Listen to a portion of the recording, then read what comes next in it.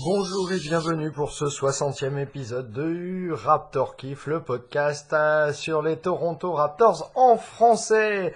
Nous nous retrouvons en ce mercredi 28 février 2018. Enfin, on est le 1er mars puisqu'en France il est 1h du matin. Mais aux États-Unis on est le 28 février puisqu'il est 7h et qu'on est à Orlando pour le match opposant les Toronto Raptors au Orlando Magic. Les Orlando Magic actuellement 14e de la conférence Est avec un record de 18 victoires et 42 défaites. À l'inverse, les Toronto Raptors sont premiers pour l'instant de la conférence Est avec un record de 42 victoires et 17 défaites. Le 5 de départ pour les Toronto Raptors est composé de Kyle Lowry, DeMar DeRozan, OG Anunoby, Serge Ibaka et Jonas Valanciunas. Et le coach des Raptors est Dwayne Casey. Pour les Orlando Magic, nous avons Evan Fournier, France, Nikola Vucevic du Monténégro, Aaron Gordon, DJ Augustin au poste de meneur et Jonathan Simmons. Et après 4 minutes et 48 secondes de jeu dans ce premier quart-temps, les Toronto Raptors mènent 15-11 face au Orlando Magic. Et un Jonas Valanciunas très engagé ainsi qu'un OG Anunoby, tous les deux OG avec 5 points et Valanciunas lui aussi avec 5 points pour démarrer ce match. Et les autres points sont accrédités à DeMar DeRozan 2 points et Kyle Lowry 3 points. Voilà, on se retrouve vendredi pour le match opposant les Toronto Raptors aux Washington Wizards. Allez, ciao les copains! En ce qui concerne les étoiles et les flocons, ce soir, je donnerai du coup une étoile à Pascal Siakam qui a fait un superbe match, un deuxième étoile à Jakob Poeltl, son coéquipier, qui a fait lui aussi un très très bon match. Je veux dire, cette paire-là, c'est la paire du futur à l'intérieur pour les Raptors, cela ne fait pas de doute. La défense, quand ils sont sur le terrain, est bien meilleure que quand il s'agit de Valanciunas et Ibaka. Je décernerai aussi du coup une étoile à Kyle Lowry, plus une aussi pour DeMar DeRozan qui ont fait un très bon match et qui ont été plutôt non pas invisibles mais relativement calmes dans ce match, c'est-à-dire qu'on s'aperçoit à peine des points qu'ils ont marqués, mais finalement à eux deux ils ont tout de même marqué 38 points, ce qui n'est pas rien. Je remets une étoile à Fred VanVleet qui a fait un très bon boulot pour sa part le temps qu'il était sur le terrain. Franchement, très très bon boulot. Et par contre, pour mon dernier, ce sera un flocon pour Norman Powell qui a joué 10 minutes et qui en 10 minutes n'a absolument affiché aucune stat. Il n'a rien fait. Sa défense n'était pas excellente aujourd'hui. Elle n'était même pas bonne du tout. D'ailleurs, c'était pour toute l'équipe. Donc, je remettrai un 7e point qui sera un flocon pour la défense des Raptors qui s'est mis en place seulement dans le 4e quart-temps. Honnêtement, comme je disais dans le match, ils ont pris les 3 premiers quart-temps un peu par-dessus la jambe au niveau défensif. Passons tout de suite à la feuille de match avec un OG Anunoby qui a joué 10 minutes seulement dû à sa blessure. Il a tout de même marqué 7 points, 2 rebonds, une passe décisive, 3 sur 3 au tir, dont 1 sur 1 à 3 points. Il était effectivement très bien parti dans ce match. Aucun rebond offensif et un turnover. Serge Ibaka, quant à lui, a joué 22 minutes, 9 points, 2 rebonds, 1 ballon volé, 1 contre, 4 sur 8 au tir, dont 1 sur 2 à 3 points. 2 turnovers et 2 fautes pour Serge Ibaka. Jonas Valanciunas a joué 19 minutes, 10 points, 5 rebonds, une passe décisive, 1 contre, 4 sur 6 au tir, dont 1 sur 2 à 3 points, 1 sur 2 aussi au lancer franc. Aucun rebond offensif, 2 turnovers et 3 fautes pour Jonas. DeMar DeRozan a joué 34 minutes, 21 points. Je m'en étais même pas aperçu, à vrai dire, je croyais qu'il était à peine à 10 points. Donc c'est pour vous dire à quel point il semblait passer inaperçu. Donc bref, DeMar DeRozan en 34 minutes, 21 points, 3 rebonds, 4 passes décisives, 1 ballon volé, 6 sur 13 en général au tir, dont 0 sur 3 à 3 points, 9 sur 11 au lancer franc. Aucun rebond offensif, un seul turnover et 2 fautes pour DeMar DeRozan. Kyle Lowry, quant à lui, a joué 33 minutes, 17 points, 7 rebonds, 11 passes décisives, donc un double pour Kyle Lowry. 6 sur 11 au tir, dont 4 sur 8 à 3 points, un rebond offensif, 1 sur 5 par contre au lancer franc, aucun rebond offensif, 2 turnovers et 3 fautes pour Kyle. Jakob Poeltl a joué 28 minutes, 13 points, 8 rebonds, 5 passes décisives, 2 ballons volés, 3 contres. Quelle stat, 5 sur 7 au tir, aucun 3 points, 3 sur 3 au lancer franc, 2 rebonds offensifs, 1 turnover et 3 fautes pour Jacob. CJ Miles a joué 15 minutes, 8 points, 4 rebonds, 2 passes décisives, 3 sur 9 au tir, dont 2 sur 7 à 3 points. 2 rebonds offensifs, aucun turnover et 3 fautes personnelles. Je suis désolé pour le nombre de bâillements que vous avez entendus dans ce podcast. Passons à Pascal Siakam, qui a joué pour lui 25 minutes, 14 points, 6 rebonds, 4 passes décisives, 2 ballons volés, 1 contre, 7 sur 9 au tir, 0 sur 1 à 3 points, aucun lancer franc, 1 rebond offensif, aucun turnover et 2 fautes sifflées contre Pascal Siakam. Attendez, je vérifie tout de même. Oui, c'est bien ça. Fred VanVleet a joué quant à lui 26 minutes, 12 points, 3 rebonds, 3 passes décisives, 2 ballons volés, 4 sur 9 au tir, dont 3 sur 4 à 3 points, 1 sur 2 au lancer franc, 2 turnovers et 1 faute sifflée contre Fred VanVleet. Delon White a joué 12 minutes, 6 points, 2 rebonds, 2 passes décisives, 1 ballon volé, 3 sur 8 au tir, dont 0 sur 2 à 3 points, aucun lancer franc, 2 rebonds offensifs, 1 turnover et 3 fautes sifflées contre lui. Norman Powell a joué 10 minutes et des stats vierges pour lui, effectivement entièrement vierge. Et voilà, c'était le dernier joueur à avoir joué dans ce match pour les Toronto Raptors, qui ont donc marqué 117 points, 42 rebonds, 33 passes décisives, encore un très bon match au niveau collectif, 9 ballons volés, 6 contre seulement 2 pour les Orlando Magic. 45 sur 83 au tir, ce qui leur donne 54,2% de réussite, 12 sur 30 aux 3 points, ce qui leur donne 40% de réussite, 15 sur 24 lancers francs, et oui, ils ont manqué 9 lancers francs dans ce match, qui est assez exceptionnel pour les Raptors. Rappelons-le, la deuxième meilleure équipe de la ligue et meilleure de la conférence Est. 7 rebonds offensifs, 12 turnovers et 22 fautes sifflées pour les Raptors dans ce match. Voyons voir les stats des Orlando Magic que je vous donne tout de suite. Excusez-moi, il faut que je remette en place l'oreillette et le lecteur d'écran. Alors, les Orlando Magic qui ont marqué 104 points, 42 rebonds, donc équivalent aux Raptors, 27 passes décisives, 8 ballons volés, 2 contre, 39 sur 81 au tir, donc ça leur donne un pourcentage de 48,1%, 13 sur 30 à 3 points, 43,3%, un tout petit peu mieux que les Raptors, 13 sur 23 au lancer franc. Alors, ils en ont manqué 10 pour leur part contre 9 pour les Raptors. 8 rebonds offensifs, 13 turnovers et 19 fautes sifflées contre les Magic. Et finalement, à la fin du match, les Toronto Raptors l'emportent 117 à 104.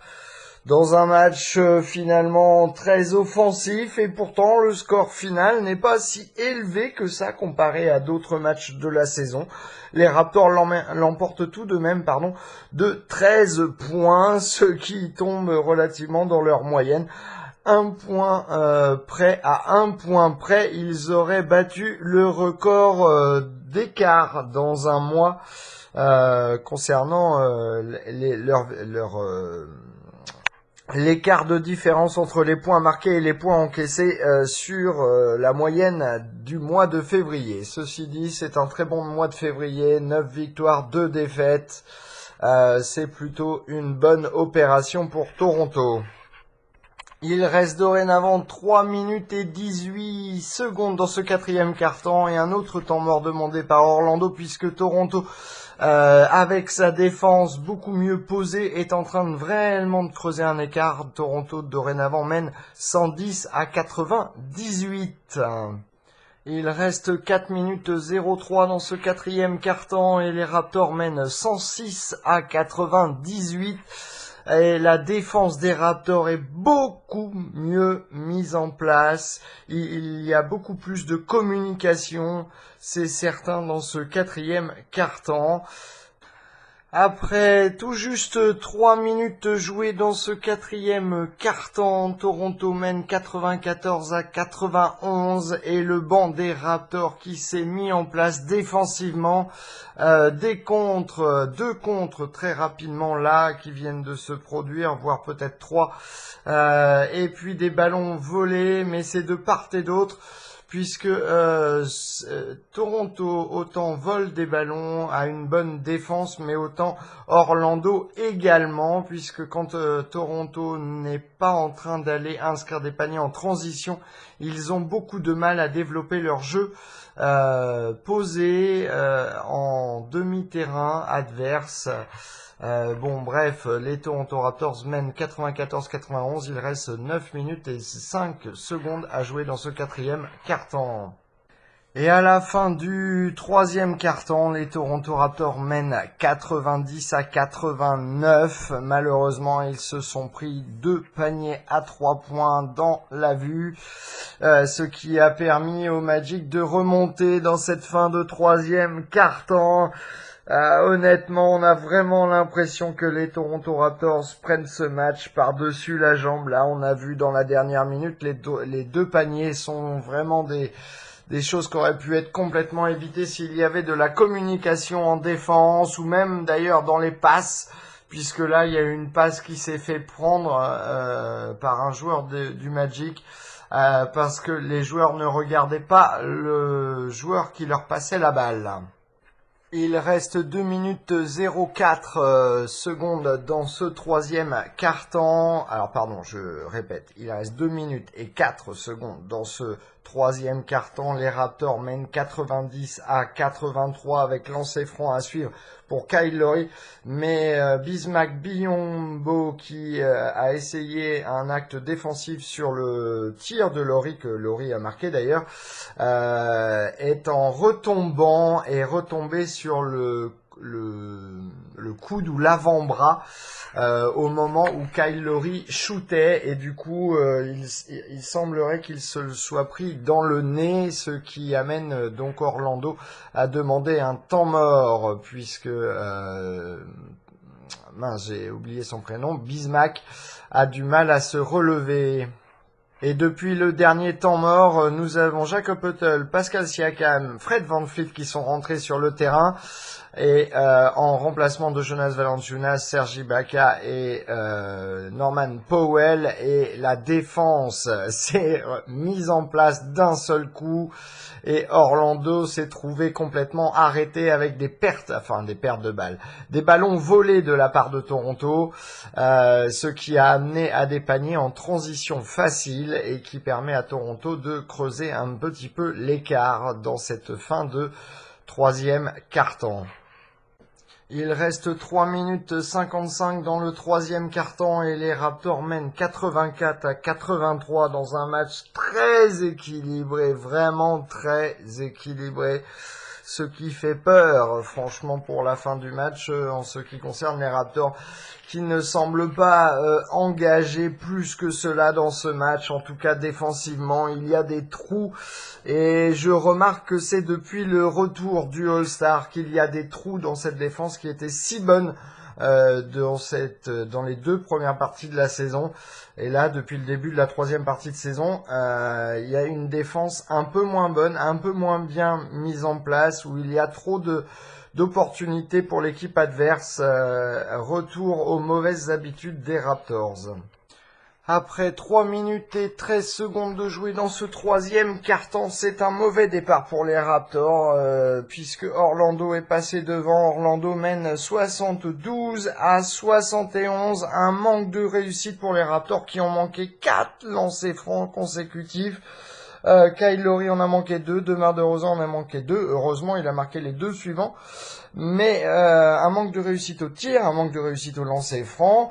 Pas plus de défense de la part de Orlando, mais juste un manque de réussite totale de la part de Toronto et qui ne fait pas plus d'efforts en défense, ce qui permet à Orlando d'être venu et d'être même passé devant jusqu'à maintenant. Je vous rappelle que vous pouvez retrouver tous les podcasts Raptor Kiff sur le site mykiff.fr, mykif.fr, ainsi que sur les pages Kiff, KIF, plus loin, podcast au pluriel, SoundCloud, YouTube et Twitter. Vous pouvez également nous retrouver sur Facebook sur la page Sport au pluriel, plus loin Kiff, plus loin podcast au pluriel. Et bien entendu, vous pouvez me contacter par mail au mail suivant contact@mykiff.fr.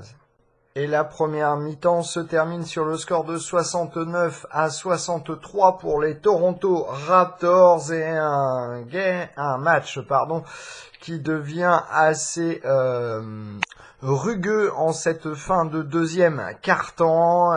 Beaucoup moins, comme je le disais, beaucoup moins de réussite au tir. La défense est beaucoup plus haute, donc beaucoup plus pousse forcément les shooters à reculer pour tirer les 3 points par exemple, ce qui amène forcément à beaucoup moins de réussite.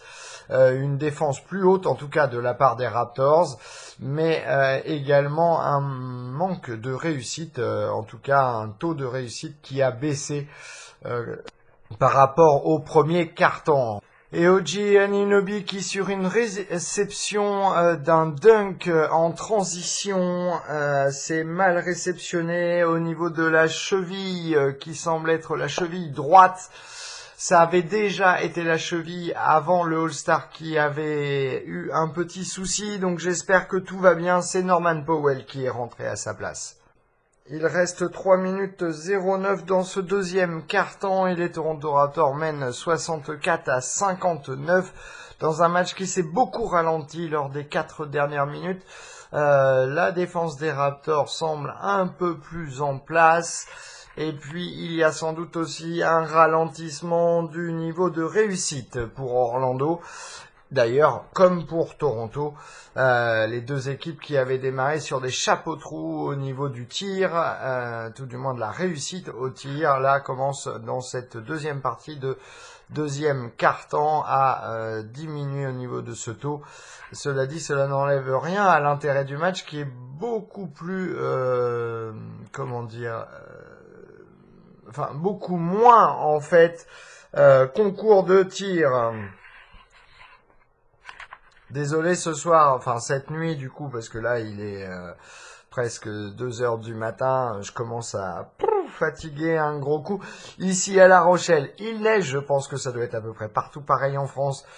Mais du coup, j'ai accumulé pas mal de fatigue à marcher et du coup, voilà, je suis naze. Donc vous m'excuserez tout au long du podcast si jamais je commence à piquer du nez en même temps que je vous parle. Après 4 minutes et 23 secondes de jouer dans le 2e quart-temps, le score est de 52-50.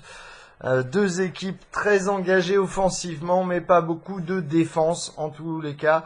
Et l'unité est venue du banc de la part des Raptors qui ne fait pas non plus beaucoup d'efforts en défense. Ceci dit, je dirais que c'est plus un taux de réussite exceptionnel de la part des deux équipes qui donne ce genre de résultat plutôt que la défense des Raptors qui ne soit pas en place. Pardon. À la fin du premier quart-temps, les Raptors mènent 42-37. Oui, vous avez bien entendu, 42-37. 79 points marqués dans un quart-temps cumulé entre les deux équipes, c'est assez hallucinant. Il faut dire, comme je le disais, que c'est un concours de tirs à 3 points dans ce match et de très belles pénétrations, de très belles circulations du ballon qui permettent des tirs assez faciles au panier. Franchement, un manque de défense coordonnée, mais aussi un taux de réussite de la part de deux équipes au tir qui doit être au-delà de ce qui est habituel en fait. Mais du coup, comme je le disais tout à l'heure, un petit souci quand même de défense pour les Toronto Raptors et qu'il faudrait remettre en place avant la fin du match, car sinon Orlando risque de pouvoir shooter comme ils veulent. D'ailleurs, je tiens à signaler que les Toronto Raptors sont la seule équipe de la ligue à être à la fois un top 5 en offense et en défense. C'est la seule équipe de la ligue en fait pour le moment à être top 5 à la fois en offense et en défense. Excusez-moi, je me rabâche. Avec 3 minutes 29 restantes dans ce premier quart-temps, les Raptors mènent 30-22. Il y a un shooting contest, un concours de tir à 3 points dans ce match, qui est plutôt invraisemblable. Kyle Lowry est à 3 sur 3 à 3 points, de très belles choses en offense, c'est sûr, 30 points marqués avec 3 minutes 29 restantes dans ce premier quart-temps. Il est évident que les Raptors ont une très bonne offense. Par contre, en défense, les choses ne sont pas bien posées. Je trouve que Orlando a trop facilement la main en offense. J'avais déjà fait la remarque l'autre jour. Je me souviens même plus contre qui. Contre Détroit, c'est vrai que en première mi-temps. Alors je sais pas si les Raptors ont pris cette habitude de prendre la mesure de l'équipe adverse en première mi-temps pour pouvoir mieux dérouler en seconde. Mais là, petite inquiétude pour moi car Orlando n'est pas une des meilleures équipes de la ligue. Ça, c'est sûr, c'est le moins qu'on puisse dire vu qu'ils sont dans les 4-5 dernières places de la ligue. Par contre, c'est vrai qu'ils montrent de très belles choses en offense et les Raptors n'ont pas de réponse au niveau défensif. Ce qui serait bon, c'est qu'ils mettent en place justement cette fameuse défense qui fait d'eux l'une des 5 meilleures défenses de la ligue et également une des 5 meilleures offenses du coup.